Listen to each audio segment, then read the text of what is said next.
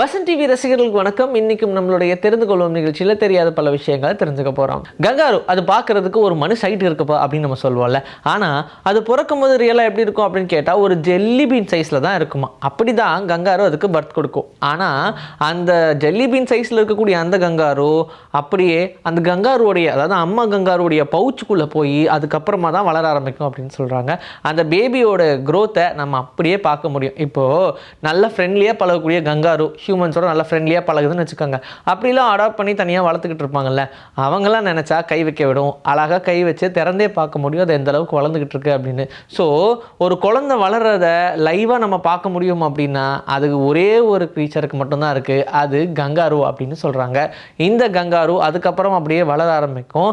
Even நம்ம kangaroo boxing பண்ணுற மாதிரிலாம் பார்த்துருப்போம் இல்லையா, வளர்ந்ததுக்கப்புறம் அது நிஜமாவே சூப்பராக பாக்ஸிங் பண்ணும். யாராச்சும் பக்கத்தில் போனால் டமால் டிமில் தான். பிளாஸ்டிக்கை அவாய்ட் பண்ணுறது ஒரு அப்சைட் டவுன் அப்படின்ற மாதிரி தான் இருக்குது. ஏன்னு கேட்டால் கொஞ்ச நாள் பிளாஸ்டிக்ஸ் யாரும் யூஸ் பண்ணாதீங்க அப்படின்னு ஃபுல் தடை போட்டாங்க. இப்போவும் தடையில் தான் இருக்கும். இருந்தாலும் தெரியாமல் நிறைய இடங்களில் பிளாஸ்டிக்ஸ் யூஸ் பண்ணிட்டு தான் இருக்காங்க.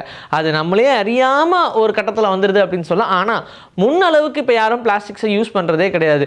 ஈவன் நம்ம கடைக்கு கூட போய் கப்பு கேட்டோம்னா பிளாஸ்டிக் கப் பண்ணாங்க, பேப்பர் கப் கொடுங்க அப்படின்னு தான் கேட்போம். ஏன்னா நம்ம பிளாஸ்டிக் அப்படின்ற விஷயத்தை யூஸ் பண்ணக்கூடாது இல்லையா அப்படின்னு யோசிச்சா பேப்பர் கப் மட்டும் என்ன, மேலே மட்டும்தான் பேப்பர் கப்பு, உள்ளுக்குள்ளே இருக்கக்கூடிய லேயரு பிளாஸ்டிக் லேயர் தான் அப்படின்னு சொல்கிறாங்க. பொதுவாக ஒரு பேப்பரில் தண்ணி பட்டால் என்ன ஆகும், அது உறிஞ்சிரும் இல்லையா.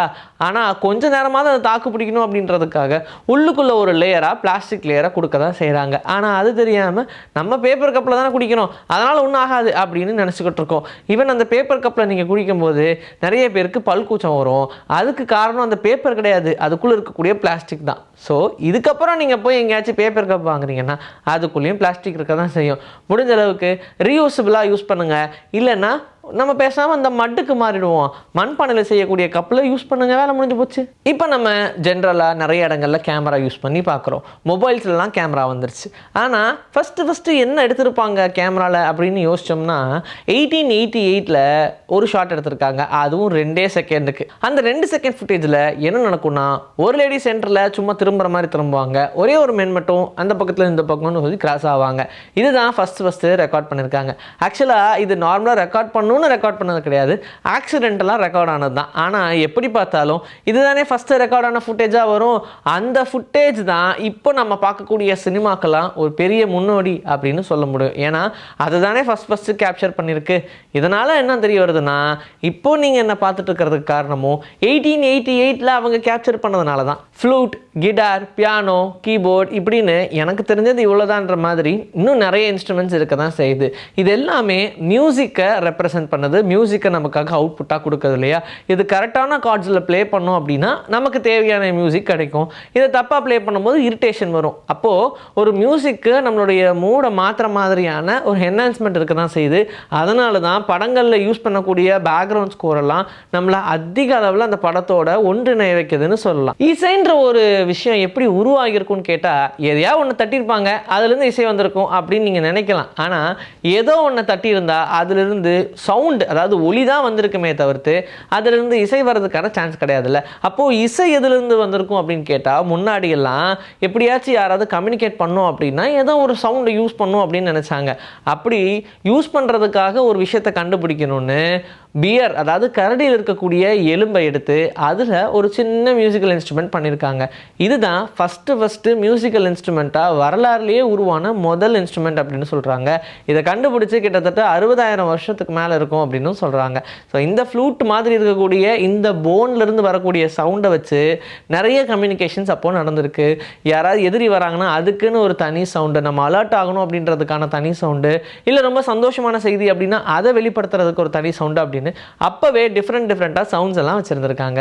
நம்ம ஃப்ளைட்டில் போகும்போது ஃப்ளைட் மோட் ஆன் பண்ணிக்கங்க அப்படின்னு சொல்லுவாங்க. ஈவன் நிறைய பேர் இப்போ ஃப்ளைட்டில் ட்ராவல் பண்ணுறாங்கன்றதுக்காக தான் ஃப்ளைட் மோட் அப்படின்ற ஒரு ஆப்ஷனே கொடுத்தாங்க. எதுக்காக? இது சிக்னலை கட் பண்ணும். ஏன் சிக்னல் வந்தால் ஃப்ளைட்டுக்கு ஏதாவது ஒன்று ஆயிடுமா அப்படின்லாம் நீங்கள் யோசிக்கலாம். ஆனால் அது ரீசன் கிடையாது. இப்போ நம்ம மேலே பறந்துட்டு இருப்போம்னு வச்சுக்கோங்க, நம்மளுடைய சிக்னல் ஆனில் இருந்துச்சு அப்படின்னா அது டவர்லேருந்து எப்படியாவது சிக்னலை எடுக்கிறதுக்கு ட்ரை பண்ணும். அண்ட் நம்ம கிரவுண்டில் இல்லாமல் மேலே பறந்துட்டு இருக்கிறதுனால எல்லா சிக்னலும் நம்ம பக்கமே பக்கமே வர்றதுக்கு துடிக்கும். அதனால் கிரவுண்டில் இருக்கிறவங்களுக்கு சிக்னல் டிஸ்டர்பன்ஸ் ஆகிறதுக்கு சான்சஸ் இருக்குது. ஏன்னா இதில் ஒரு போர்ஷன் ஃப்ளை பண்ணிகிட்டு இருக்கிற நமக்கு வந்துச்சு அப்படின்னா அப்போ கீழே இருக்கிறவங்களுக்கு டிஸ்டர்ப் ஆகும்ல. அதனால தான் அந்த சிக்னலை கட் பண்ணுறதுக்கு எல்லோரும் ஃப்ளைட் மோட் ஆன் பண்ணுங்கன்னு சொல்கிறாங்க. ஆக்சுவலாக நீங்கள் மேலே போனாலே ஒரு குறிப்பிட்ட டிஸ்டன்ஸ்க்கு அப்புறம் கட் ஆகிடும்.